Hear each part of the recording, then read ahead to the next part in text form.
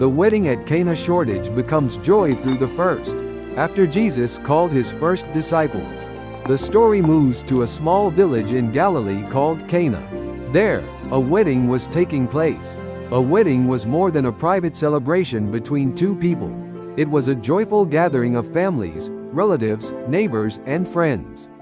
It was a day when a new home began, and the whole community shared in the blessing. Into that ordinary and joyful place, Jesus was invited. His mother, Mary, was there, and Jesus also came with his disciples.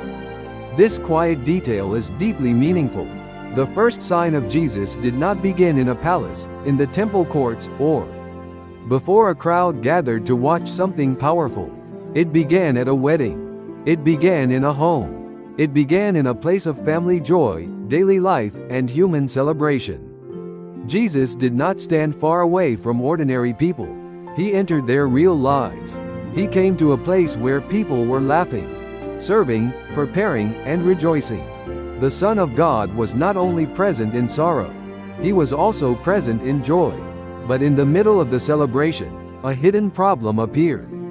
The wine ran out. At first, not everyone may have noticed. The guests may still have been talking, and the feast may still have looked joyful. But behind the joy, there was a growing embarrassment.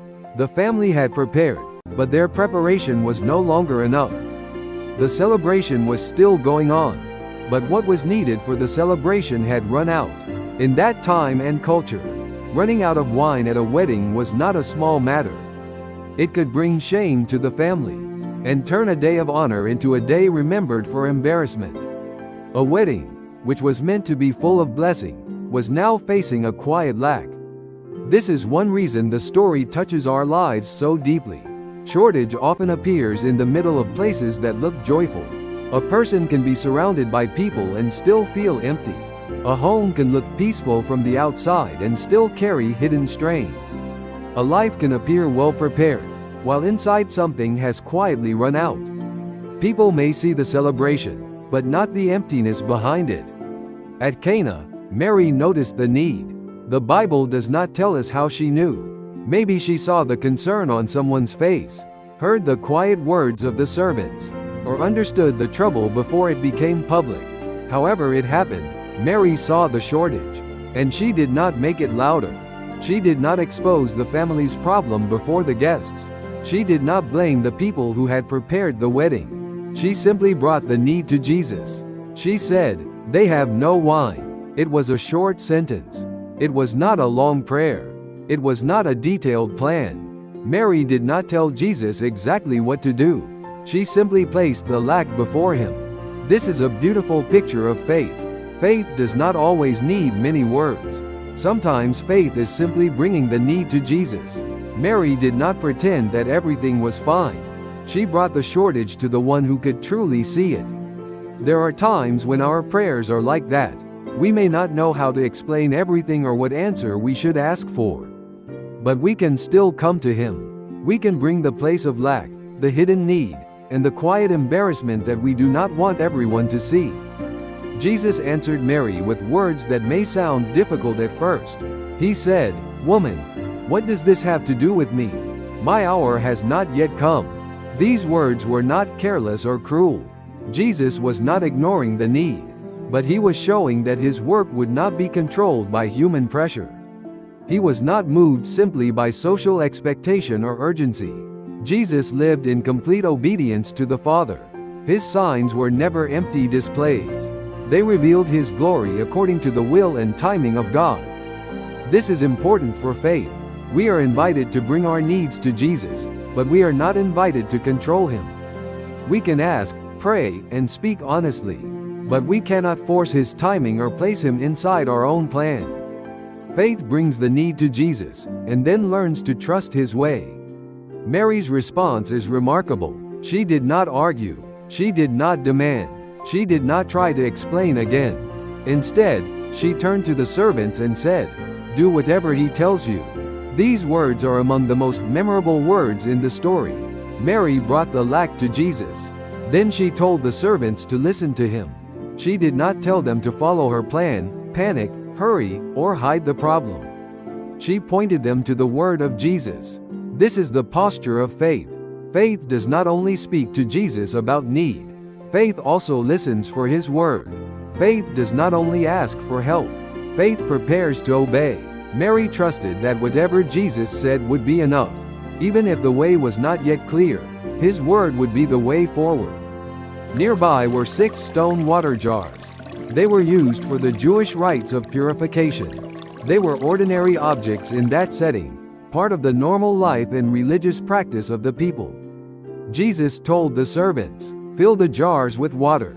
The servants obeyed. They filled them up to the brim. This part of the story is quiet and practical. The servants were not standing before a great crowd.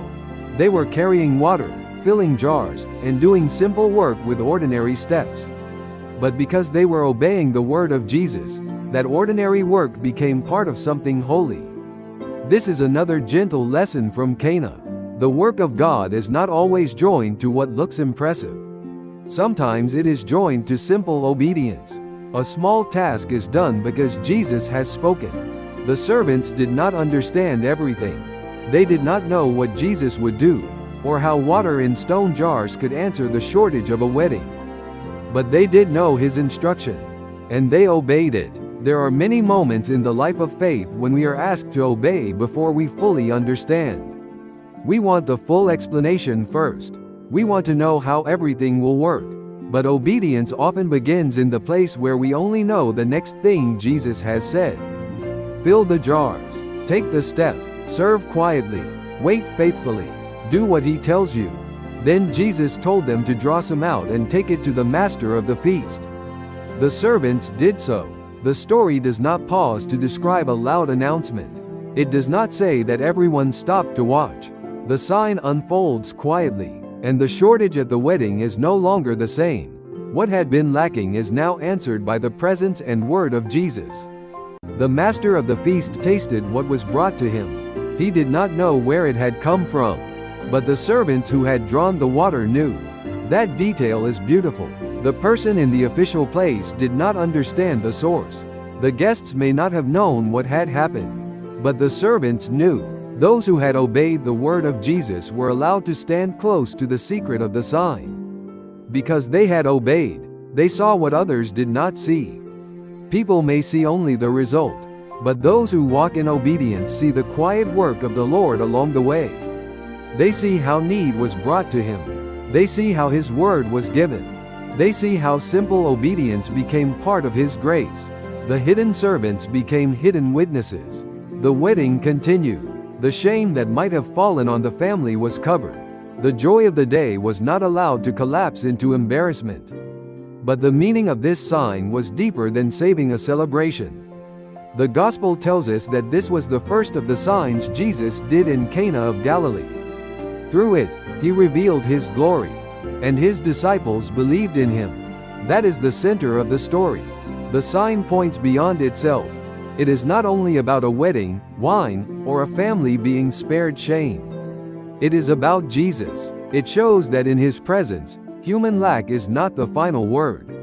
It shows that what people cannot supply, he can answer. It shows that ordinary places can become places where his glory is revealed. The disciples were still at the beginning of their journey. They had heard his call and begun to follow him, but they did not yet understand the full meaning of who he was. At Cana, they saw the first sign. They saw his glory begin to shine through a quiet act of grace. And their faith began to grow. The wedding at Cana also teaches us how tenderly Jesus meets human need. He did not make the family's lack public in a harsh way. He did not shame the bridegroom. He did not turn the problem into a spectacle. The sign was quiet. The grace was generous. The need was met without making the wounded place louder. Yet this story does not teach that Jesus will always answer our needs in the exact way or timing we imagine. Jesus spoke of his hour. His work belongs to the Father's will. That means faith must be more than a request for quick relief. Faith is trust. It trusts his heart, his timing, and his word. It brings the lack honestly, and then it waits with open hands. Mary's words remain a guide for us. Do whatever he tells you. That sentence carries the quiet path of discipleship. Bring the need to Jesus. Listen for His word. Do what He says. Trust Him with what you cannot control. The first sign of Jesus took place in a wedding. In a simple village. In the middle of ordinary people. In a moment when joy was about to be overshadowed by lack. That is where His glory began to be revealed. No ordinary place is too small for Him. No hidden need is too quiet for Him. No shortage is beyond His sight. The wedding at Cana leaves us with a gentle picture. Mary sees the need and brings it to Jesus. The servants hear His word and obey. The disciples see His glory and believe. And in the middle of it all, a place of shortage becomes a place of joy. This is the quiet beauty of the first sign. Jesus enters homes. He stands near families. He notices the hidden lack behind public joy. And where people bring their need to Him, His presence can turn the story toward grace. So when our own joy feels thin, when our strength begins to run out, when our hidden lack grows heavier than we can carry, the story of Cana teaches us where to go. Bring it to Jesus. Listen for His word. Do whatever He tells you. And trust that in His time, the Lord can reveal His glory even in the place where you thought only shortage remained.